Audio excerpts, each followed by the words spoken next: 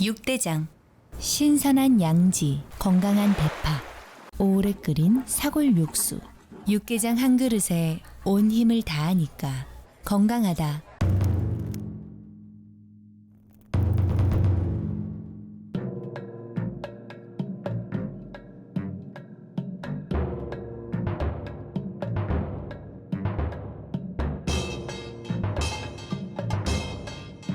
육개장은 육대장. 사랑이 샘솟고 웃음꽃 가득한 5월을 라디오 서울이 함께합니다. 강혜신의 오늘의 미국.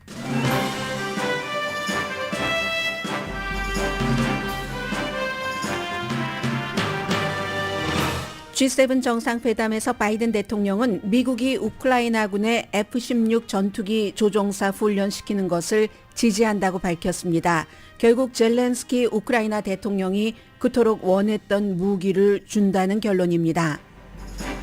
젤렌스키 대통령이 G7 정상회담에 직접 참석한다는 게 세계의 탑 뉴스인 것과 연관이 있는 바이든 대통령의 발표입니다. 또 다른 안건인 중국에 대해서는 프랑스에 이어 유럽위원회 의장도 중국과의 대치를 꺼려하는 발언을 했습니다. 정상회담 주최국인 일본이 한국 등 8개국을 추가로 초대한 이유도 G7에는 아주 중요합니다. 채무 상한선 협상은 양당 지도부가 기꺼이 협력할 분위기입니다. 그렇다고 확실하다는 것은 아닙니다. 마이애미 시장이 디샌티스 주지사의 개인적인 복수로 플로리다주가 일자리와 투자 기회를 잃었다고 디샌티스 주지사를 비난했습니다. 디즈니사가 10억 달러 규모의 플로리다주의 계획을 철회한 뒤에 나온 말입니다. 디샌티스 주지사는 지지자들에게 트럼프 전 대통령은 2024년 대선에서 당선되기 불가능하다고 말했습니다. 몬타나주가 틱톡 금지법이 통과되고 이틀 만에 고소를 당했습니다. 고소인은 틱톡 개발자와 목장주에서 스몰 비즈니스 업주까지의 시민들로 표현의 자유 위배라고 주장합니다.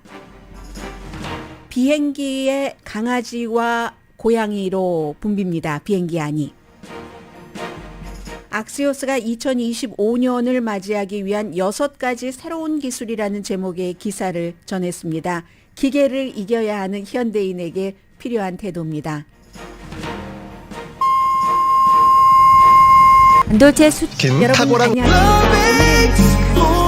제가 이제 G7 정상회담을 보면서 아주 대하 소설이요. 이제 그 같은 대하 소설은 전쟁을 중심으로 해서 장수들이 이제 성주의 성안에 모인다던가 아니면 그 같은 구역을 넘어서 G7은 뭐 굉장히 많은 국가들을 좌지우지할 수 있는 그 같은 7개국의 연합체이기 때문에 그래서 이제 그 같은 성주들이 또 다른 인종도 다르고 하는 그런 세력들과 결합하는 해서 질서를 뭐 좀 우리 위주로 만들자 하는 것 아니겠어요?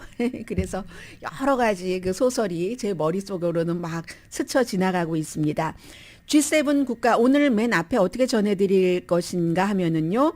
G7 국가에서 우선 한국이 들어갔기 때문에 G7은 아니지만 왜 이렇게 8개 국가를 일본이 초대했는지부터 시작을 해서 지금 뭐 미국과 히로시마도 관련이 있죠. 또 G7 리더들이 어제 한 일, 앞으로 할 일들 같은 것, 또 가장 중요한 것이 젤렌스키 대통령이 어제 오후까지만 하더라도 참여를 한다. 그런데 마치 비디오 컨퍼런스 비슷하게인 것처럼 했거든요. 그런데 뭐 잠자고 일어나 보니까 직접 G7 일본으로 간다고 지금 사우디아라비아에 있었잖아요. 그런 것들까지를 포함을 해서 소설을 라디오에서 제가 읽어드리는 것을 들으시듯이 감상을 해주셨으면 좋겠습니다.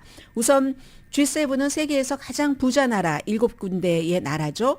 그리고 민주주의 국가고 국제적인 경제와 뭐 어떤 정치적인 질서까지를 주도하는 국가들입니다. 지금 주최국인 일본, 미국 위에 캐나다, 독일, 프랑스, 영국, 이태리, 유럽연합은 멤버는 아니지만 항상 대표를 보내죠. 그럼 G7 국가의 정상회담을 하는데 왜 지금 8개국을 초대를 했는가? 언젠가부터 G7의 주최국이 다른 나라도 초대할 수 있는 권한을 부여받았습니다. 그래서 이제 G7도 마찬가지예요. 더군다나 이제 후쿠시마 뭐 원자력 발전소에 그 오염된 물을 방출하는 지금 이런 그 시기이기 때문에 미국의 식품의약국에서는 이미 2021년도에 이제 모든 일본 후쿠시마에서 오는 식품 같은 것에 대한 검사하는 것을 다 없애버렸고, 그리고 이제 그 당시가 이제 오염수를 언제쯤 방출한다 하는 것을 발표를 한 시점이었기 때문에 오염수도 나오면은 바다에서 얼만큼의 희석이 되고 그 안에 들어있는 여러 가지 오염된 물질들도 일주일 있으면 3주일 있으면 사라지고 뭐 하는 등등의 이유로 인해서 미국에서는 아무런 문제가 없다고 이미 2021년도 9월 달에 결론을 내렸습니다. 그게 이제 식품의약국 쭉 그 웹사이트에도 나와 있는데, 그런데 이제 그러니까 일본에서 그곳에 후쿠시마 현의 뭐 생선 같은 뭐 여러 가지 해산물 같은 것으로 세계 정상들이 먹는다 하는 거, 이것도 아주 중요한 뉴스입니다. 그런데 이제 왜 이렇게 8개 국가를 초대했는가도 굉장히 중요한데요. 1990년대까지만 하더라도 이 G7 국가들이 세계 전체 GDP의 50% 정도를 차지했습니다. 국제통화기금의 계산입니다. 그런데 지금은 이게 30% 조금 아래 되거든요. 이럴 때는 친구를 더 모아야죠. 우리의 덩치를 키우기 위해서. 그래서 새 친구를 그럼 8군데의 새 친구를 초대를 했는데 이것도 이유가 있습니다. 꼭 경제적인 이유인 것만이 아니라 G7이 경제적으로 딱 주도를 해나가려면 정치적인 것도 주도를 해야 되기 때문에 잘 안배가 돼 있거든요. 한국이야 당연히 지금 일본과 여러 가지 관계도 있지만 한국이야말로 G8이 될 수 있는 가능성이 있는 국가잖아요. G8을 말씀을 드려야지 되겠네요. 빌 클린턴 전 대통령이 1997년도에 그 당시에 토니 블레어 영국 총리와 함께 러시아가 이처럼 호전적이지 않았으니까 러시아를 G8으로 초대를 해서 한 20년 정도 G7이 G8이 됐죠. G7도 뭐 처음에는 몇 군데 나라가 하다가 7이 됐고 8이 됐는데 한 20년 정도, 20년까지는 아니네요. 러시아가 G8으로 계속 정상회담에 참석을 하다가 크림반도를 침략한 게 2014년입니다. 그때 일단 중지시키고 나서 3년 뒤에 완전히 이제 러시아가 여기서 이 그룹에서 탈퇴를 했습니다. 그럼 이번에 새로운 친구로 초대한 8개 국가는 한국이 있고 인도, 호주, 이제 인도, 호주, 일본, 미국이 그 쿼드 호주에 가서 회담을 못하기 때문에 이번에 일본에서 하죠. 그리고는 브라질이 들어가 있고요. 인도네시아, 베트남, 또 코모로스, 아프리카 연합입니다. 쿡 아일랜드, 퍼시픽 아일랜드, 태평양 제도인 거예요. 이렇게 8군데의 그 국가 내지는 어떤 그쪽 지역의 연합을 초대를 했는데 기시다 후미오 일본 총리가 지난 18개월 동안 16개국을 방문을 했습니다. 이러한 것들을 쫙 모으기 위해서 인도도 갔었잖아요. 아프리카도 갔고 동남아시아 뭐 여러 국가를 다녔는데 결국은 이 일본으로서는 중국과 러시아가 다른 나라들에 미치는 영향을 빼내기 위해서 이번에 G7 국가의 회담에 초대를 하면서 세계 질서를 그대로 G7으로 유지를 한다 하는 것을 다져온 겁니다. 지난 18개월 동안. 인도요 들어가 있잖아요. 인도는 지금까지 공식적으로 러시아가 우크라이나 침공한 것을 비난하지 않습니다. 워낙에 무기의 뭐 70% 이상을 러시아에서 수입하니까요. 베트남, 러시아와 가깝습니다. 뭐 그렇다고 인도만큼은 아니지만 그래도 러시아가 베트남이 갖고 있는 무기 한 60% 수출하는 나라고요. 비료도 11%. 이 비료라든가 뭐 석유 같은 건 한국도 마찬가지였잖아요. 러시아에 대한 의존도가. 인도네시아는 러시아에 의존하지는 않습니다. 그러나 역시 무기 수입 이 관계가 좋습니다. 그래서 이제 이런 나라들은 초대를 한 것이고 또 브라질 하면은 너무 당연히 머릿속에 싹 떠오르시는 것처럼 중국과의 관계잖아요. 브라질이 그렇게 경제가 어렵다고 하지만 중국과의 관계에 있어서는 무역 관계에 있어서는 흑자거든요. 그래서 베이징은 지금 브라질 GDP의 8.5%를 차지하는 나라입니다. 계속 중국에 붙어 있지 마세요. 이게 이제 이번에 초대받은 이유입니다. 그리고 아프리카에서는 뭐 가나, 잠비아를 비롯해서 몇몇 국가들은 중국에 엄청난 빚을 지고 있습니다. 중국이 이제 다 아프리카라든가 남미 쪽에 손을 썼기 때문에 쿡 아일랜드, 이 태평양제도 이런 데도 마찬가지고 해서 이제 그렇게 함께 파이를 키우자 해서 8개국, 한국이야 뭐 경제적으로나 여러 가지 이유에서 뭐 너무나 넘버원 이슈로 이번에 초대된 것이 당연하고요. 그럼 G7 리더들과 그러한 나라, 러시아와 관계가 좋거나 뭐 아니면 러시아에 의존을 하고 있는 이런 나라들이 모여서 하는 얘기가 전쟁이 2년째입니다. 우크라이나가 러시아에 대해서 지금 반격을 해야지 되잖아요. 조금만 더 있으면 몇 주일 이내로 반격에 들어갈 때 어떻게 우크라이나를 잘 무장시킬까?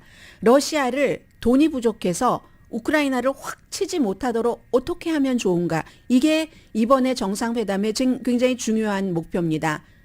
G7이 주도하는 경제와 정치적인 세계 질서를 그대로 G7이 주도하기 위해서는 러시아가 이 전쟁에서 져야지만 되기 때문에 그러니까 이제 어제 뭐 러시아의 개인이라든가 은행 무슨 회사에 대한 여러 가지 제재를 발표를 했고 이 제재를 실제적으로 어떻게 이걸 잘 실행할 수 있는가 어떤 구멍 뚫린 데가 없는가 이런 것을 많이 이번에 볼 것 같고요. 그리고 당연히 러시아에 대한 의존도를 줄이겠다. 영국은 러시아산 다이아몬드 수입을 금지한다. 이런 얘기까지 많이 했습니다. 그리고 가장 중요한 것은 러시아가 여전히 국제금융 시스템을 이용하지 못하도록 하는 이런 것들이 들어가서 이런 여러 나라, 러시아와 관계가 있는 나라들도 초대를 한 거고요. 러시아와 중국의 영향력이 그 나라들에게 미치지 않게 하기 위해서 초대를 하면서 우크라이나의 반격이 성공을 해야지 되는데 성공하지 않으면 오늘 뉴욕타임스의 도쿄 지국장 데이비 싱어 지국장이 뭐라고 얘기를 하냐면 우크라이나가 만약에 지금부터 들어가는 반격에서 실패하고 만다면 한반도의 70년 전의 여름과 마찬가지다. 1953년도 휴전 직전에 정말로 피냄새 나는 그때처럼 우크라이나가 될 수 있기 때문에 이번에 G7에서 러시아의 경제적인 모든 것, 뭐 심지어는 무기 수출하지 마세요 하는 것까지 들어가는 거죠. 그래서 이게 이제 제일 중요한 이슈다. 그리고 이런 지적도 합니다. BBC 방송의 지적이에요. 사람들은 북한과 미국과의 그 관계가 최극도로 악화됐었을 때 그때 아니 거기서 뭐 수많은 사람들이 숨져도 미국 사람 숨지는 거 아니잖아. 한국인들 숨지는 건 죽는 건데 어때? 린지 그레이엄 미국 공화당 연방 상원의원 트럼프 전 대통령과 아주 친한 상원 의원이 한 얘기입니다. 우크라이나를 보면서 왜 G7과 그 밖의 국가들이 우크라이나가 이기길 원해야지 되는가? 이게 지고 나면은 이런 일들 과거에 있었던 그런 일들 그때 린지 그레이엄이 그 얘기한 뒤에 트럼프와 아주 친하니까 트럼프 전 대통령이 그런 말 들은 다음에 직후에 주한미군 감축 위협을 했었던 겁니다. 그러니까 지금 G7과 다른 유럽연합과 한국을 포함한 8개 국가들이 모여서 우크라이나 문제가 우크라이나만의 문제가 아닌 거다. 그렇게 이제 뭐 미국이 뭐 버리고 나면 배신하고 나면은 큰일 난다. 그러니까 미국이 주도한다고 볼 수 있는 주도하는 이 싸움에서 이겨야지 된다 하는 것을 만나서 서로 다지고 할 수 있는 노력을 하기 위해서 만난 겁니다. 바이든 대통령이 당장 오늘 아침 뭐 한 1시간쯤 됐을까요? 나온 발표입니다. F-16 전투기 우크라이나 조종사 훈련시키는 것을 지지한다. 굉장히 미국이 꺼려왔었던 것. 그러나 영국은 리시 수낙 영국 총리가 며칠 전에 영국을 방문한 젤렌스키 대통령을 확 허그하고 한 것처럼 영국이 더 적극적입니다. 이 문제에 있어서. 그래서 미국의 압박을 많이 했었고 바이든 대통령도 그렇게 할 것이다. 몇 주일 안에. 그래서 완성되는 때는 몇 개월. 훈련 자체는 유럽에서 시킨다. 미국에서도 미군 기지에서도 우크라이나 군들 뭐 여러 가지 무기를 다루는 훈련 시켰었잖아요. 결국은 F-16 지급한다는 얘기입니다. 젤렌스키 대통령이 괜히 가겠습니까? 지금 전쟁 중에 아무것도 얻어올 게 없다면은 안 갔겠죠. 젤렌스키 대통령이 가는 데는 이 같은 바이든 대통령이 국내에서 발표하지 않고 어제도 얘기하지 않고 이제 지금에서야 발표가 나온 F-16 전투기 조종사 훈련을 시키겠다, 주겠다는 얘기입니다. 가장 갖고 싶어 하는 것이 미제 F-16 전투기입니다. 왜냐하면 구소련 시대에 그러한 것들을 가지고 될 수가 없으니까. 제일 중요한 게 지금 하늘끼리 하늘 그 싸움 전쟁터가 뚫린 거잖아요. 러시아에 비해서 말할 수 없이 약한 그걸 지금 공군이 약한 것을 메워주겠다는 겁니다. 이게 지금 G7의 가장 중요한 안건이고요. 두 번째는 중국입니다. 중국의 글로벌 영향력이 논의되기는 하지만 여긴 여전히 불일치가 있어서 어제보다 한 사람 더 보태던데요. 이 G7 가운데서는 일본은 유일한 아시아 국가인데 일본은 중국과 무슨 영토 분쟁 이런 것들이 있어서 주변에서 뭔가가 불안한 거예요. 불안하기 때문에 대만에 대한 야망 이런 것 때문에 서방 세계에 대한 다른 나라에 대한 도쿄의 메시지가 아주 간단한 겁니다. 우크라이나에서의 싸움이 우크라이나와 러시아 것만이 아니라 우리들에게도 해당되는 것이다 하는데 이게 중국에도 마찬가지라는 겁니다. 글로벌 무슨 뭐 공급망이라든가 이런 여러 가지 그런 것들 때문에 중국이 또 세계에 막 힘을 펼치고 주변에서 막 문제를 일으키는 것처럼 이렇게 보이고 하는 것 이것도 우리가 어떻게 해야지 됩니다 하는데 이건 그렇게 쉬워 보이지가 않아요. 임마누엘 마크롱 대통령이 얼마 전에 딱 그 레드카펫 깔린 중국 베이징을 방문을 했었잖아요. 거기서 우리 일이 아닌 것에 유럽이 휘말려서는 안 돼. 이걸 이제 일본 측에서는 바로 옆에 있는 나라가 중국이고 하니까 그러니까 이건 남의 일이 아니야. 이렇게 보는 거고 임마누엘 마크롱의 우리 일이 아닌 걸 유럽이 개입해서는 좀 그렇지? 라는 말이 나중에 논란이 됐었습니다. 그런데요. 유럽위원회의 대표인 샤를 미셀, 유럽연합의 관심은 중국과 안정적이고 건설적으로 지내는 것이다. 이렇게 얘기를 했거든요. 그러니까 결국은 중국과는 러시아는 전쟁에서 지게 해야지 된다. 중국과는 모든 국가들이 의견이 일치되지 않기 때문에 중국과의 관계에서 미국도 양보할 수밖에 없습니다. 그 최악의 악순환 같은 것을 피하거나 막는 방법 대신에 중국이 너무 차고 올라가지 않을 정도로는 제재를 하는 그래서 수요일인가요? 바이든 대통령이 이제 곧 나 시진핑과 만나고 싶다 이런 얘기도 했거든요. 최근에 뭐 풍선, 스파잉 사태 이런 많은 일이 있어도 중국도 지금 핵적인 그 핵 파워도 굉장히 커져가는 군사력으로도 그런 국가이고 하니까 조금 견제는 하되 좀 뭐 완화할 수 있는 부분에서는 완화하는 이게 이제 중국과의 그런 겁니다. 그런데 이것도 한국에서도 봐야지 되는 게 G7 국가들도 이 점을 봅니다. 군사적인 그 대만, 야망만 목표로 삼고 있는 게 아니라 하도 제가 많은 매체를 봐서 어딘지 모르겠는데 어디서도 이렇게 지적을 했습니다. 여러분들께서도 다 알고 계시는 건데 중국이 2019년도에 호주와의 무역거래에 엄청나게 피해를 보게 했죠. 왜냐하면 호주가 미국과 가까워진다고 한국도 마찬가지잖아요. 한국 기업을 딱 표적을 삼아서 보따리 싸가지고 나오도록 한 사드 배치 이런 문제 이렇게 중국에 대해서 멀어진다던가 비판적으로 보인다던가 하는 모든 행동에 대해서 중국이 너무 강하게 이러한 국가들을 보복하는 것을 경제적인 압박이라고 부르면서 이것도 우려합니다. 그래서 어떤 때는 한국과 혼자 해결할 수 없는 문제를 이렇게 동아리에 들어가서 같이 서로 보호도 해주고 하면서 하려는 이게 이제 지금 한국과 일본의 목표이기도 하고요. 또 하나는 이제 그 주최국으로서 히로시마 원자폭탄 공격이 이제 거의 그 80년이 됐잖아요. 45년이었으니까 잔인한 전쟁이 확대가 될 때 러시아와 우크라이나에게도 해당되는 겁니다. 이게 확대될 때는 어떤 일이 일어나는지를 눈으로 보십시오. 이런 걸 상기시키는데 전념하는 도시처럼 보이잖아요. 히로시마가 무슨 뭐 원자 뭐 돔이 있고 뭐 박물관이 있고 또 한국 분들 희생되시는 분들 뭐 따로 어떻게 모셔놓고 하는 그 아토믹 돔 갔잖아요. 어제 G7 국가들이 전부 가서 하얀색 국화로 보이던데요. 이렇게 헌화하고 미국의 해리 트루만 대통령이 한국전 미군 보내라 한 그 대통령이 원자폭탄을 투하하라고 명령을 했고 오늘도 아침에 그 오바마가 2016년도에 히로시마에 가서 사과는 하지 않았지만 어떤 조의를 표하는 거잖아요. 그런 모습을 보이던데 기시다 후미오 일본 현 총리가요. 그때 오바마를 가이드했었습니다. 그때는 이제 그 외무상 일본에서 외무상 5년이었으니까 가장 오래 한 외무상이죠. 아베 신조 내각에서 외무상을 했기 때문에 그때는 본인이 이렇게 가이드라인 하는 정도. 이번에는 일본 정치인들은 누구나 다 원자폭탄 피해 국가이기 때문에 이런 그 핵 이런 것을 없애기로 하는 것을 정치적으로 굉장한 그 생명을 겁니다. 물론 이번에 러시아가 우크라이나를 저렇게 점령하면서 점령이 아니라 침공을 하면서 크림반도는 점령했고요. 침공을 하면서 야, 미국의 해구산이 절실하게 더 필요하네 하는 것은 느끼지만 원론적으로는 일본은 그 국가의 그 원자폭탄 맞은 이후로는 이거 세상에 없어야 된다는 것을 강조하기 위해서 모든 정상들 다 가서 어제 그런 일들이 있었던 거고요. 생존자도 만납니다. 이제 하이라이트는 다 주말이에요. 젤렌스키 대통령도 뭐 일요일 마지막 날 오고 생존자들도 이제 만나서 핵무기 쓰지만 그럼 젤렌스키도 마찬가지로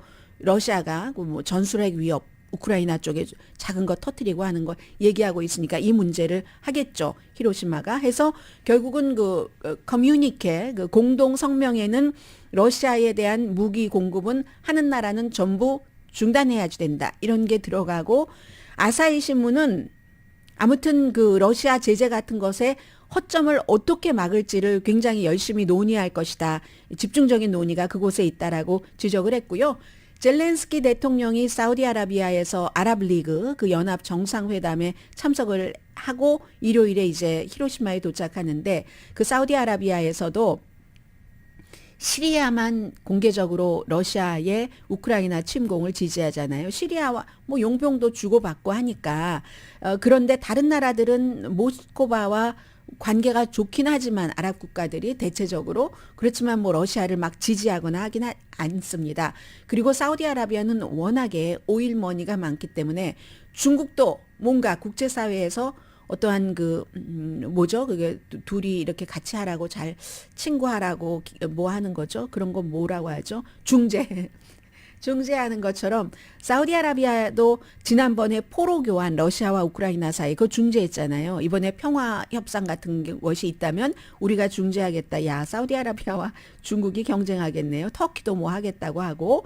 그래서 이제 이런 일. 그리고 이란도 비난했습니다. 이란은 뭐 아랍리그에 속해 있지는 않지만 러시아에 포탄을 공급한다고 이란은 부정하고 있지만 북한도 부정하고 있고 아무튼 직접 젤렌스키가 나타나면 히로시마에 빈손으로는 안 간다 하는 얘기입니다. 그리고 일본은 주체국이지만 워낙에 전쟁을 일으켰었던 국가이기 때문에 군법이라는 게 강하잖아요. 치명적인 무기를 주지 않았는데 방어 장비만 줬는데 일본도 또 그 우크라이나 젤렌스키 대통령에게 본인이 딱 차려놓은 잔치상에 오는데 어떤 선물을 줄 수 있을지도 모르고요. 어쨌든 한마디로 G7 정상회담 플러스 유럽연합 플러스 한국을 포함한 8개국의 이것은 이런 나라 대 중국, 러시아와의 싸움 이런 것을 뭐 확실하게 보여주는 현재의 현대사입니다.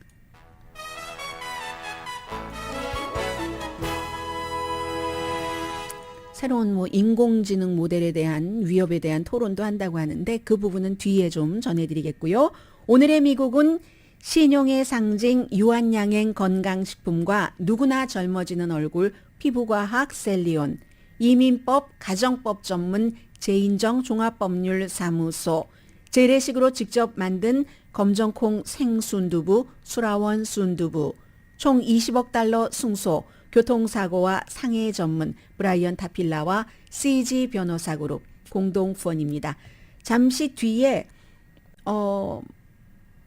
이 부분은요 전해드리기는 해야지 되는데 막 새로운 내용이 막 있는 것은 아니고 그러나 뭔가가 불가능해 보였던 그리고 하기 싫은 일인데 이런 과정을 거쳐서 긍정적으로 나도 원하는 결과를 가져올 수도 있구나 하는 내용 전해드리겠습니다.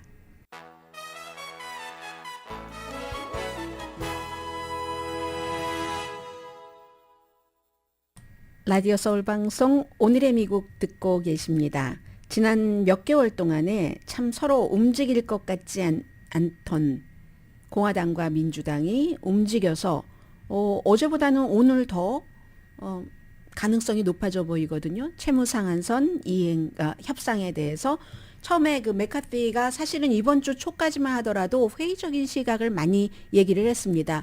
아니 백악관은 협상한다고 하는데 그냥 협상장의 모습만 보이지 성의 있는 표시를 안 해. 처음엔 그랬잖아요. 그러다가 대통령이 2명의 스텝을 딱 메카티 그 사무실과 연락을 하라고 지정을 했네. 뭐 이런 얘기를 했는데 그런데 이제 민주당은 이 협상 이슈가 아니다. 지금 채무 상한선을 올리는 것은 필요할 때마다 돈을 꿀 수 있는 능력을 한계를 올려주는 건데 그걸 하는데 조건절을 붙이는 것은 특히 그 조건절이 사람들을 굉장히 먹을 수 없는 사람을 더 못 먹게 하는 거 이거 받아들일 수 없다고 쳐다보지도 않았습니다. 이렇게까지 얘기를 했었죠. 공화당이 나라를 인질로 잡고 경제를 위험에 빠뜨린다. 조건 없이 채무 상한선은 올려야지 된다.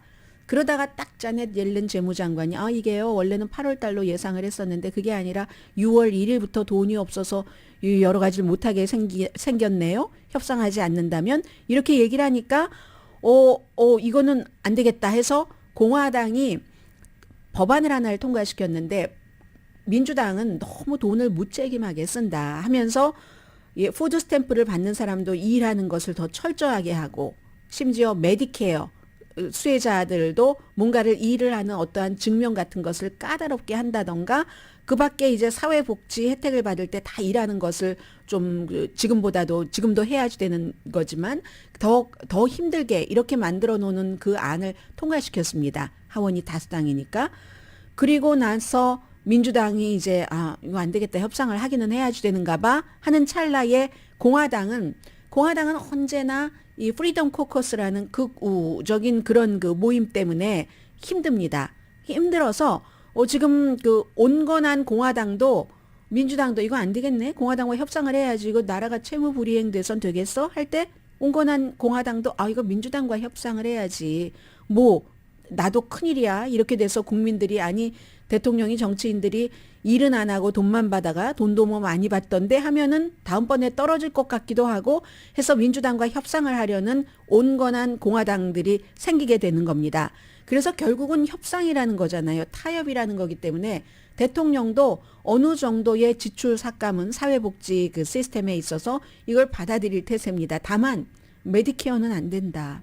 사람 생명과 관련해서 이건 돈 장난하면 안 된다. 그렇게 생각을 하는 거예요. 그렇게 얘기를 했고 대신에 이제 코비드 기금 지금 남은 것 있으니까 그건 이제 다시 안 쓰기로 한다던가. 왜냐하면 남은 것을 다른 데로 돌릴 수도 있잖아요. 그리고 공화당이 원하는 대로 에너지, 기간 산업 일단 해서 하기로 한 것은 허가를 좀 이렇게 막 관료주의로 해서 이렇게 하지 말고 빨리빨리 허가를 내줘라 하는 그런 부분도 받아들일 수 있고 연방 베네핏 받으시는 그런 분들이 뭐 일하는 조건 까다롭게 하는 것도 부분적으로 메디케어를 빼고는 받아들일 이럴 태세인 것 같습니다.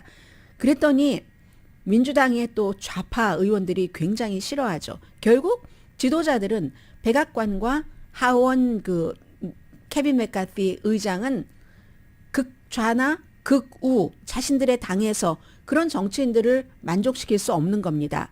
만족시킬 수 없는데 이게 이제 그래서 온건한 사람들을 중심으로 성공할 가능성도 있지만 실패할 가능성도 있는 거예요. 이렇게 민주당에서는 좌파가, 공화당에서는 프리덤 코커스가 메카시에게 어제는 뭐 완전히 협상을 중단하라고 요구를 했습니다. 상원에서도 우리가 법안 만들어내는 것과 똑같은 법안을 통과시킬 때까지 말도 하지 마라. 시계는 째깍째깍 돌아가고 상원은 오늘부터 29일까지 이제 메모리얼 데이 휴회를 하거든요.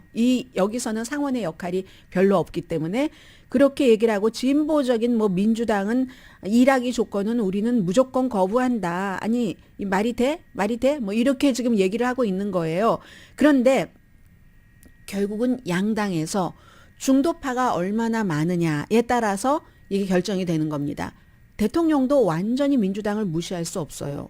그리고 하원 의장도 완전히 무시할 수 없습니다. 대통령은 무시할 수 없는 게 잡은 앞으로 몇 년, 2년 더 보장이 되지만 뭔가 대통령이 원하는 쪽으로 국정을 이끌어 가려고 할 때 민주당이 협조를 해줘야지 되잖아요. 그런데 이건 우리 뜻대로 안 해주고 대통령 것만 왜 협조를 해야지 돼? 할 수가 있잖아요. 공화당도 하원 의장은 잡이 걸린 일이에요. 대통령보다 더 심각합니다. 선출을 하는데 하원 의장은 하고 싶고 케빈 맥카티는 프리덤 코커스가 지난번에 15번이나 투표할 때 결국 우리가 시켜줬잖아. 그런데 우리를 배신해? 이렇게 되면 곤란하니까 여기서 어떻게 양쪽을 완전히 극단적으로 화나게 하지는 않는가. 그러면서 하는 것이 이번 그 협상인데 현재까지는 어쨌든 협상 가능성이 높아 보이고 그런데 원래 이런 일들이 왜 재판할 때 재판 날짜 다 잡아놓고 그리고 뭐 재판 시작하기 며칠 전에 딱 합의하는 경우 있잖아요. 이 경우도 그렇게 될 가능성 아주 높고요. 심지어 지난번에는 박스와 도미니언 보링 시스템이 배심원들이 다 자리에 앉아 있는데 시작하는 날 몇 시간 지연하더니 협상을 해버렸잖아요. 그래서 아마 지금 분위기로 보면은 특별한 이변이 없는 한은 채무상한선은 해결이 돼서 뭐 여러분들께서 소셜 시큐리티 연금을 6월 1일에 못 받으신다거나 공무원들 봉급을 못 받으신다거나 그런 일은 없어 보이는데 알 수 없는 일이죠. 그래서 계속 팔로우업을 하고 있고요.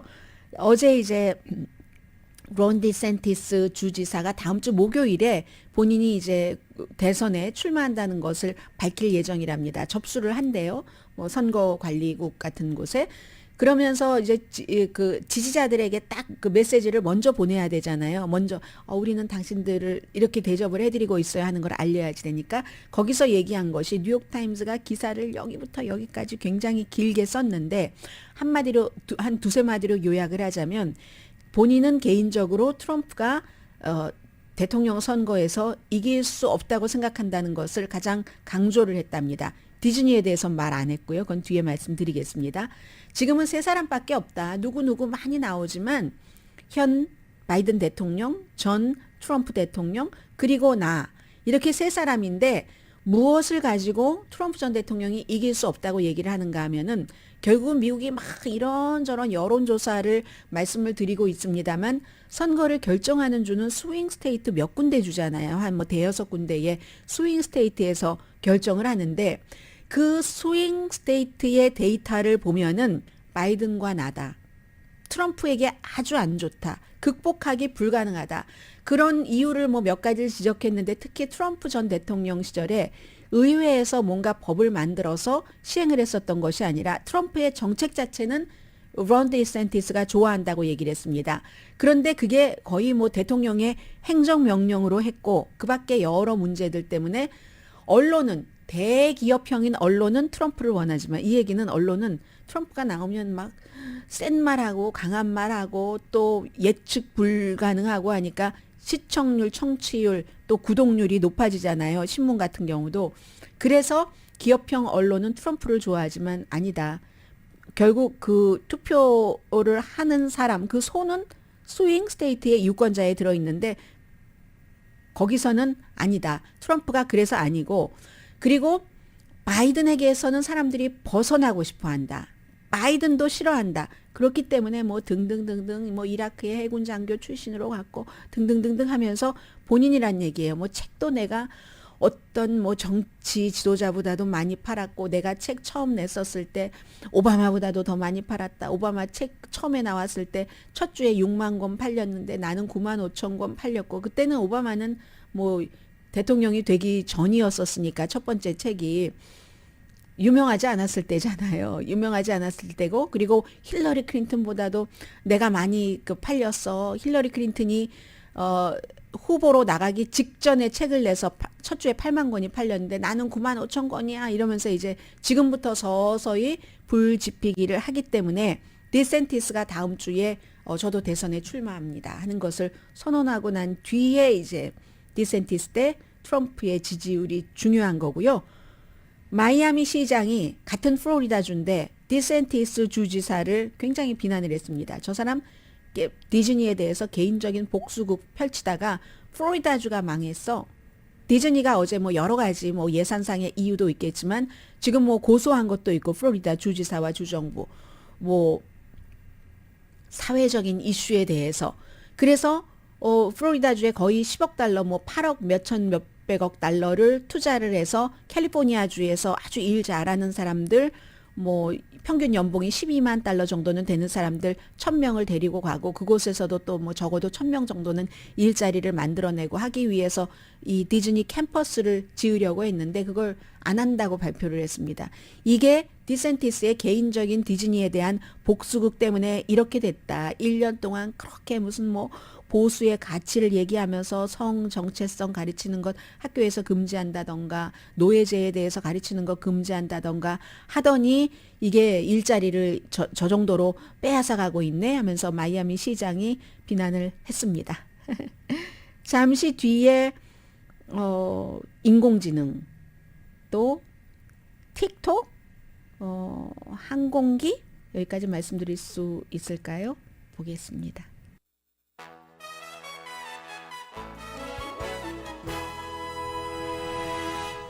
라디오 서울 방송 오늘의 미국 듣고 계십니다. 네, 지금 우선 그 G7 정상회담에서도요. 이건 아마 지도자급까지 회의를 하는 것 같진 않은데 세계적인 새로운 위협이잖아요. 인공지능, 언어 모델에 대해서 뭐 허위 정보도 있고 혼돈 그리고 이제 이게 잘못하면 중요한 기반 시설이 파괴될 수도 있는 가능성도 있고 하기 때문에 처음으로 이제 이런 대화를 하는데 미국에서는 잭 설리번 국가안보 보좌관이 시작을 하고요. 그래서 결국은 이 같은 그 인공지능 언어 모델을 이용을 해서 물건을 만드는 기업은 그 안전에 책임이 있다. 이게 이제 지금 소셜 미디어를 제대로 단속하지 못해서 나왔던 여러 가지 부작용을 다시 겪지 않기 위해서 하는 거겠죠. 그래서 투명한 규칙이 조금 있어야지 된다. 뭐 이런 일들도 이제 틈틈이 얘기를 하는가 봅니다. 틱톡 개발자와 틱톡 사용자들이 몬타나주를 고소를 했습니다. 어제 말씀드렸었던 주지사가 서명을 해서 내년 1월 1일부터 틱톡 이제 애플이라든가 구글 앱스토어에서 다 없애고 그걸 그대로 두면은 뭐 하루에 최대 $10,000 벌금을 물게 한다던가 이런 지금 이미 다운로드 받으신 분들은 괜찮지만 이런 것들을 보도를 해드리면서 법적인 내용을 말씀을 드렸었습니다. 아주 뭐 시간 두지도 않고 준비한 거예요. 이런 일이 있을 때 이렇게 하겠다 해서 틱톡 개발자들과 5명의 사용자들이 표현의 자유를 위배했네 하고 이제 고소를 했는데 이 주정부에서는 공산당으로부터 개인정보를 보호한다 이렇게 얘기를 하니까 이게 모 회사가 중국이라고요. 그 바이트댄스가 그래서 그랬다는 건데 5명의 사용자가 누구냐면요. 전에 그 해병대의 설전트 또 운동에 관한 엑서사이즈에 관한 그 틱톡으로 뭐 하는 사람이겠죠. 인플루언서 그리고 목장주 수영복 사업을 하는 스몰 비즈니스 오너 이 사람들이 다 합치면 수백만 명의 팔로워가 있답니다. 그래서 이 사람들이 얘기하는 것은 아니 월스트리트 저널을 누가 소유하고 있다고 해서 발행인의 어떤 성향과 사상이 어떠냐 공산주의 공산당을 얘기를 하는 거예요. 거기에 따라서 그럼 월스트리트 저널을 금지할 것인가? 틱톡을 금지하는 것은 그것과 똑같다는 얘기예요. 했더니 몬타나주의 검찰총장은 우리 다 알고 있었습니다. 법적으로 방어할 준비도 전부 해놨습니다. 이런 얘기를 했습니다. 그리고 오늘 항공기가 애완동물을 오랜 동안 허용을 해왔었는데 이게 요즘에 애완동물이 굉장히 늘어났잖아요. 특히 팬데믹 때에. 그러니까 사람들이 컴플레인을 막 하고 연방항공국이 새로운 규제를 만들고 민간 항공사도 따로 뭐 새로운 뭐 룰 같은 것을 만들고 있다는 것을 악시오스가 보도를 했는데요. 2021년도에 그 서비스 애니멀에 대한 규제도 다시 연방 그 항공국이 정했고요. 그래서 서비스 애니멀이 있잖아요. 항상 같이 다녀야지 되는 개라든가 이런 경우에는 반드시 어떠한 장애를 겪고 있는 사람을 돕기 위하면 반드시 훈련을 받아야지 되고 예를 들어서 요즘은 그런 거 많잖아요. 인터넷에다가 뭐 몇십 달러 돈 주고 식당에도 데리고 다니는데 정서적으로 나에게 도움을 준다 하는 그런 감정적으로 그렇게 하는 뭐 작은 강아지라든가 무슨 피커 공작새라든가 돼지도 있잖아요. 애완동물 돼지는 안 된다. 연방항공국에서는 일단 그렇게 해놨습니다. 그런데 많은 항공사가 또 어떤 자율성이 있어서 작은 고양이나 강아지는 대체로 뭐 새까지도 허용을 하죠. 보통 $95에서 $125를 내고 뭐 좌석 아래에다가 둔다던가 이런 식으로 하는데 숫자나 뭐 타입, 크기 같은 것도 제한을 하고 건강에 관한 증명서도 요구를 하고요. 그런데 사람들도 비행기 타면은 좀 힘든데 강아지나 이런 애완동물들도 몇 시간 그렇게 되면 힘들어서 뭐 숨지는 그런 애완동물도 있다고는 하고요. 그렇지만 애완동물에 또 아주 친근한 항공사들도 많답니다. 사람들의 애완동물에 대한 사랑을 보여주는 거죠. 뭐 애완동물 씰도 따로 만들고 매년 50만 마리의 애완동물이 여행을 한답니다. 비행기를 타고 사람과 같이. 여기 물론 서비스 덕도 포함이 돼 있고요. 미국 가정 2,300만 가정의 애완동물이 있으니까 5가정 가운데 한 가정이 이제 팬데믹 때 애완동물을 다시 이렇게 가졌다는 겁니다. 그랬더니 비스타젯 에어라인에서는 애완동물을 먹일 거기서 음식 주는 거예요. 고기와 생선 그리고 물에는 천연 꽃향기를 뿌린대요. 그러면 이제 그 비행기 안에서 릴렉스 한다는 거예요. 그리고 또 K9Jet이라는 뭐 영국의 민간 항공사인데 애완동물 자리를 따로 마련을 했습니다. 이 경우는 너무 비싸요. 뉴욕에서 런던 가는데 8,925달러. 그런데요, 여러분들께서 애완동물이 예쁘긴 하지만 엘러지 있으신 분들이 계시잖아요. 그러면 다 나가고 청소하고 해도 엘러지가 있을 수도 있고 하는데 어쨌든 애완동물을 허용하는 비행기에 타셨더라도 뭔가 주변에 애완동물이 있는데 나는 엘러지가 있다 하면은 당연히 이제 그냥 이왕 이렇게 된 것 할 수 없지 하지 말고 자리를 바꿔달라고 요청을 하시고 아니면 그 전에 뭐 엘러지가 있으신 분들은 애완동물 허용하지 않는 비행기를 타시라 하는 조언까지 친절하게 했네요. 잠시 뒤에 2025년을 위한 새로운 스킬에 대해서 전해드립니다.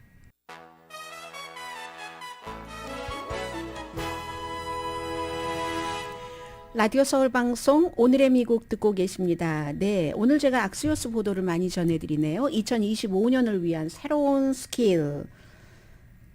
요즘은 글쓰기부터 환자를 딱 진료하는 것까지 기계가 많이 하잖아요. 인공지능을 포함한. 그래서 2025년에는 넘버1 창조력이 있어야지 된다. 기계가 아무리 분석, 연구, 뭐 아이디어를 처음 만들어내고 글쓰기, 편집, 차트 만들기 이런 것까지 다 하지만 창조적으로 생각하는 사람, 아주 그 기원, 오리진을 이해하는 이것까지는 아직 못한다는 얘기입니다. 두 번째, 윤리. 머신이 인간의 상호작용, 관계 이런 것을 모방해 나가기는 하지만 그렇지만 아직까지는 이 윤리에 관한 확고한 인식이 없다는 것이고 세 번째는 인간과의 연결 그 관계. 점점 요즘은 고립돼서 혼자 일하잖아요. 다른 사람과 일할 때의 경험이라든가 어떤 때는 좀 공감하는 거 막 짜릿한 것 있잖아요. 그리고 좀 얄미웠다가도 이제 또 저 사람과 나와 의견이 같다던가 뭔가 좀 이렇게 뭐 그런 일이 있을 때 딱 그 감정이 딱 또 이렇게 되는 뭐 부부관계나 비슷하죠. 왔다 갔다 하는 그런 모든 것들을 기계는 아직 하지 못한다 하는 것. 네 번째는 순발력. 이건 뭐 기계에 도전하기 위해서 하는 게 아니라 너무 많이 변하잖아요. 아유 뭐 내가 살면 얼마나 산다고 이런 것 말고 그냥 변화에 순응해야지 된다는 그 태도, 그 적응해야지 된다. 변화에 적응해야지 된다는 그 같은 것을 가지고 있어야지 된다 하는 거고요. 다섯 번째는 이걸 탄성이라고 해야지 되나 회복력이라고 하는 게 더 나을까요? 취미라든가 뭐 운동을 하는 습관이라든가 음식 이런 것을 좀 뭔가를 해나가기 지금부터라도 안 하셨던 분은 하시라는 얘기입니다. 왜냐하면 갑작스런 인공지능 등등으로 인해서 변화하는 일이 너무 많이 올 텐데 그때에 뭐 내가 의지할 곳이 없으면 알 수 없다는 겁니다. 어떻게 대처할 수 있을지를. 우여곡절이 미래에 많을 텐데 여러분과 제가 직장 생활을 하면서 또 가정 생활을 하면서 많을 텐데 그것에 대처하기 위해서는 그렇게 회복력을 키우기 위해서 이런 일들을 해라. 그리고 여섯 번째는 제가 이거 어떻게 번역해야 될지 모르겠어요. 제목 자체를 생체공학적인 뇌를 많이 써라 하는 얘기인데요. 그 본인이 지금 딱 그 접하려고 하는 그 정보의 소스가 어딘가 그걸 잘 보라는 얘기입니다. 그래야지만이 쓰레기 같은 건 버려버리고 필터링해서 왜 영화도 감독을 보고 본다고 하잖아요. 드라마를 작가를 보고 본다고 하잖아요. 왜 그러는지 전부 여러분과 제가 이해하고 계시는 그대로 목표를 아주 스마트한 데다가 두고 그리고는 내가 보는 이 정보 같은 것이 믿을 만한가 거기에다가 이렇게 보는 거 이게 중요한데 이렇게 되는 것이 앞에 말씀드린 5가지 스킬을 잘 사용할 수 있어진다. 이런 얘기를 하네요. 오늘의 미국은 신용의 상징 유한양행 건강식품과 누구나 젊어지는 얼굴 피부과학 셀리온, 이민법 가정법 전문 제인정 종합법률사무소, 재래식으로 직접 만든 검정콩 생순두부 수라원 순두부, 총 20억 달러 승소, 교통사고와 상해 전문 브라이언 타필라와 CG 변호사그룹 공동폰이었습니다. 10시에 좋은 아침, 좋은 하루 방송됩니다. 사람이 정말 포기하면 안 돼요. 젤렌스키가 한 대에 막 수백만 달러나 되는 F-16 전투기를 결국은 가져갈 수 있을 것처럼 보이잖아요. 그리고 제가 G7 정상회담에서 이렇게 사진들을 보니까 아니 여자는 딱 한 명밖에 없네요. 지금이 어느 시대인데 2023년 5월 19일인데 말이죠. 강혜신이었습니다. 좋은 주말 보내세요.